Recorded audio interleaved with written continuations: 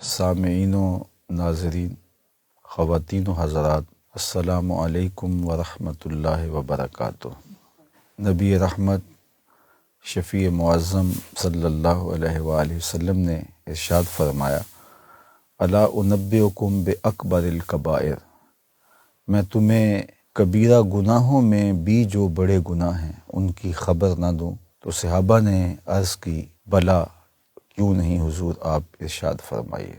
تو آقا کریم علیہ السلام نے ارشاد فرمایا، الاشراک باللہ، سب سے بڑا گناہ اکبر الکبائر، اللہ کے ساتھ کسی کو شریک ٹھہرانا ہے، وعقوق الوالدین، اور والدین کی نافرمانی کرنا ہے، ان کو دکھ دینا ہے، ان کو تکلیف پہنچانا ہے، ان کو اذیت دینا، ان کو ستانا، پریشان کرنا۔ اور پھر اللہ کے محبوب علیہ السلام تشریف فرما تھے تکیہ لگائے ہوئے، تو آقا کریم نے تکیہ چھوڑ دیا اور بیٹھ گئے۔ وکانا متکئا فجلس، تو حضور علیہ السلام تکیہ لگائے بیٹھے تھے تو آپ نے تکیہ چھوڑ دیا اور تشریف فرما ہوئے، فقال، اور ارشاد فرمایا، الا وقول الزور، اور جھوٹ بولنا ہے، جھوٹی گواہی دینا ہے۔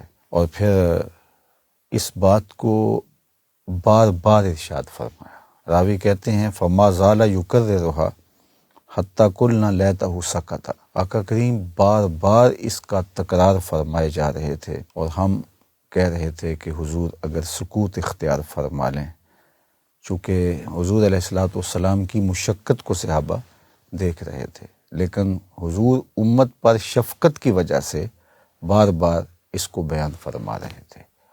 اب ان تین چیزوں کو اللہ کے محبوب علیہ السلام نے اکبر الکبائر قرار دیا۔ سب سے پہلے شرک، اور شرک ظلم عظیم قرار دیا گیا، ان الشرک لظلم عظیم، سب سے بڑا گناہ شرک ہے، اور اللہ تعالیٰ شرک کو معاف نہیں کرے گا۔ حتیٰ کہ جو شرک اصغر ہے، ریا کو قرار دیا گیا، تو اس کی بھی سخت مذمت آئی ہے۔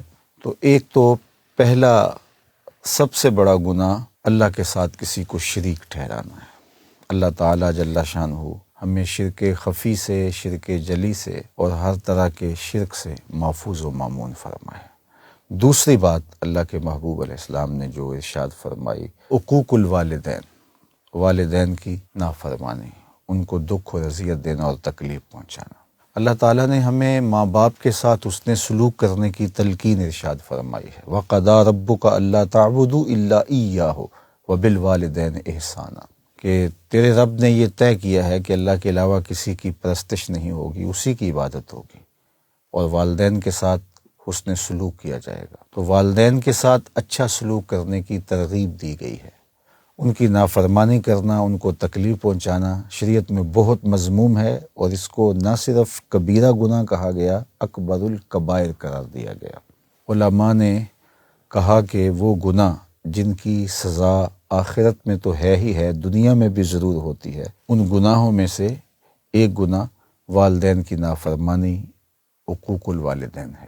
اور وہ نیکی کے اعمال جن کی جزا آخرت میں تو ہے ہی ہے، دنیا میں بھی ان نیکیوں کا صلہ ضرور اللہ تعالیٰ فرماتا ہے، ان نیکیوں میں سے ماں باپ کے ساتھ حسن سلوک کرنا ہے۔ نہیں تو نشان لگا لیں اس شخص پہ جو اپنے ماں باپ کا بے ادب اور گستاخ ہے، ساری زندگی آپ اس کو رسوا ہوتے دیکھیں گے۔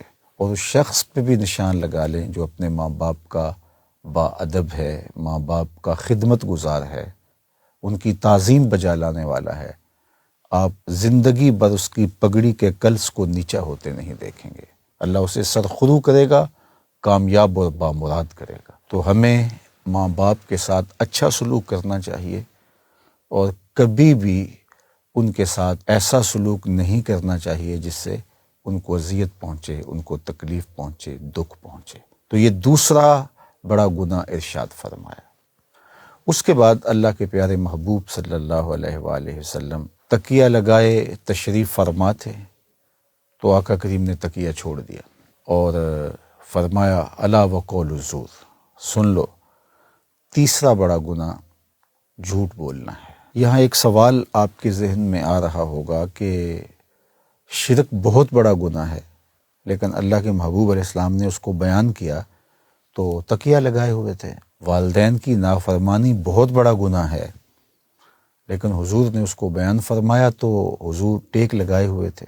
تو یہ جھوٹ بولنا، قول زور، اس پر کیا وجہ کہ اللہ کے محبوب نے ٹیک چھوڑ دی اور حضور بیٹھ گئے؟ تو علماء نے لکھا کہ شرک کی خباثت اور شرک کا برا ہونا یہ تو بالکل واضح ہے، اور اس پر تو کوئی دوسری رائے نہیں۔ اسی طرح ماں باپ کی نافرمانی اور بے ادبی کرنا ایک ایسا جرم ہے کہ جس کی نوعیت کو سب لوگ تسلیم کرتے ہیں، لیکن جھوٹ انسانی زندگی کے اندر اس طرح در آتا ہے کہ وہ اس کو گناہ ہی نہیں سمجھتا اور اس کے معمولات کا حصہ بن جاتا ہے۔ اور نبی آخر الزماں حضور ختم المرتبت صلی اللہ علیہ وآلہ وسلم کی نگاہ نبوت یہ دیکھ بھی رہی ہوگی کہ آنے والے زمانے میں لوگ اس کو کتنا معمولی لیں گے اور بات بات پر جھوٹ بولیں گے، اور ان کے نزدیک یہ کوئی بات نہیں ہوگی۔ تو اس لیے اللہ کے محبوب نے اس کی اہمیت کو اجاگر کرنے کے لیے ٹیک چھوڑی اور حضور بیٹھ گئے۔ اور اگر آپ اس پہ غور کریں تو 3 تاکیدیں ہیں۔ ایک تو حضور نے ٹیک چھوڑی اس کی اہمیت کو اجاگر کرنے کے لیے، اور دوسرا اللہ کے محبوب نے الا سے شروع کیا، الا وقول الزور، اور یہ حرف تنبیہ ہے۔ اور تیسری بات فما زال یکررھا، حضور بار بار اس کا تکرار کر کے اس کی اہمیت کو اجاگر کیا، اس کی برائی کو واضح کیا، اور لوگوں کے ذہنوں کے اندر راسخ کیا کہ یہ کتنا بڑا جرم ہے کہ کوئی جھوٹ بولے۔ خاص طور پہ اللہ کے محبوب علیہ السلام نے جھوٹ کے حوالے سے بات کرتے ہوئے ان 3 چیزوں کا اہتمام کیا۔ تو جھوٹ بولنے سے برکت اٹھ جاتی ہے، جھوٹ بولنے سے آپ کے اعمال کا نور ختم ہو جاتا ہے۔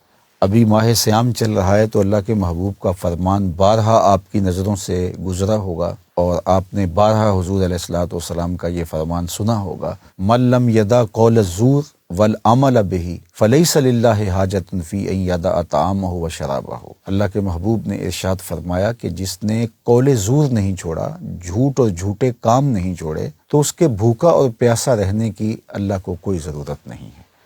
تو روزے کا مقصد تو ان برائیوں سے اپنے آپ کو بچانا ہے، اور یہ ایک مضبوط حصار ہے ہمارا۔ لیکن اگر ہم جھوٹ بولتے رہیں، جھوٹی گواہیاں دیتے رہیں، ہمارے رویے، ہمارا طرز زندگی، ہمارا انداز معاشرت جھوٹ کے مطابق ہی چل رہا ہو، تو پھر ہم صرف فاقہ کاٹ رہے ہیں، صرف بھوک گوارا کر رہے ہیں، صرف پیاس برداشت کر رہے ہیں، تو روزے کا نور نصیب ہی نہیں ہو سکتا۔ تو ہمارا دین سچائی پر مشتمل دین ہے۔ اگر آپ مجھے پوچھیں کہ اسلام کا کوئی دوسرا نام، تو میں برجستہ کہہ سکتا ہوں کہ اسلام دین صدق ہے، اسلام سچائی کا دین ہے۔ اور میرے اور آپ کے آقا و مولا اعلان نبوت سے قبل بھی صادق و امین کہلاتے تھے۔ یہ میرے اور آپ کے آقا و مولا کی عظمت ہے، یہ حضور علیہ السلام کی شان ہے۔ تو ہم ان کے ماننے والے اپنی زندگی کو کس طرح جھوٹ کے ساتھ جوڑے ہوئے ہیں، اور شب و روز جھوٹ ہماری زندگی کا ایک انداز اور تیور بن گیا ہے، بلکہ ہماری زندگی کا جزو لا ینفک بن گیا ہے۔ تو اس حدیث پاک کے اندر کبیرہ گناہوں میں سے بھی جو اکبر ہیں ان کا ذکر فرمایا گیا۔ ویسے تو علماء نے کہا کہ جو صغیرہ اور کبیرہ کی تقسیم ہے وہ ایک دوسرے گناہ سے موازنے کے اعتبار سے ہے، ورنہ ہر وہ عمل جو اللہ کی ناراضگی کا سبب ہو وہ چھوٹا نہیں ہو سکتا۔ جو بھی گناہ اللہ کو ناراض کر دے تو وہ گناہ چھوٹا تو نہیں ہے، وہ تو بڑا ہی ہے۔ تو کبیرہ اس لیے کہا گیا کہ اس پر وعید زیادہ ہے، اس کی سزائیں بیان فرمائی گئی، اس پر حد نافذ ہوتی ہے، آخرت میں اس کی سزا بیان فرمائی گئی ہے۔ تو اس اعتبار سے صغیرہ اور کبیرہ کی تقسیم کی گئی، اور پھر ان کبیرہ گناہوں میں بھی جو اکبر الکبائر ہیں وہ یہ 3 گناہ بیان فرمائے گئے، اور ایک حدیث میں 4 بیان فرمائے گئے، اور اس میں قتل کو بھی بیان فرمایا گیا۔